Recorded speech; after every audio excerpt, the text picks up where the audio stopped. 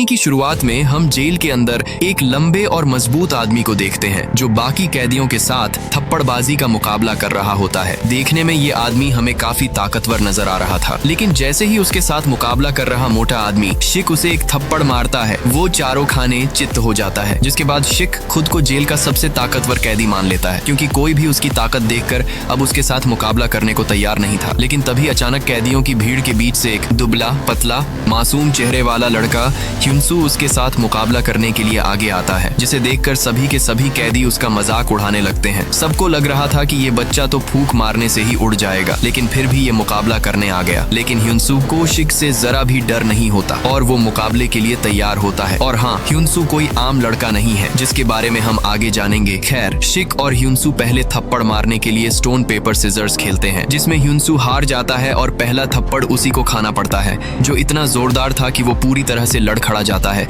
लेकिन फिर भी वो अड़ा रहता है और अब उसकी बारी है। ह्युनसू अपनी पूरी ताकत से शिक के मुंह पर करारा और जोरदार वार करता है, लेकिन शिक को उसके हमले से कुछ खास फर्क नहीं पड़ता। ये मुकाबला तब तक चलता है जब तक दोनों में से एक हार नहीं मान लेते। लेकिन आखिर में ह्युनसू चीटिंग करता है और थप्पड़ के बजाय मुक्के से शिक पर हमला करता है, जिससे शिक जमीन पर गिर जाता है। वही इस मुकाबले को देख रहा एक कैदी हान ह्युनसू की चीटिंग पकड़ लेता है, जो उसे काफी पसंद आती है। वही शिक एक बच्चे से पिटने के बाद हाथापाई पर उतर जाता है। पास में खड़े उसके चेले भी ह्युनसू पर हमला कर देते हैं।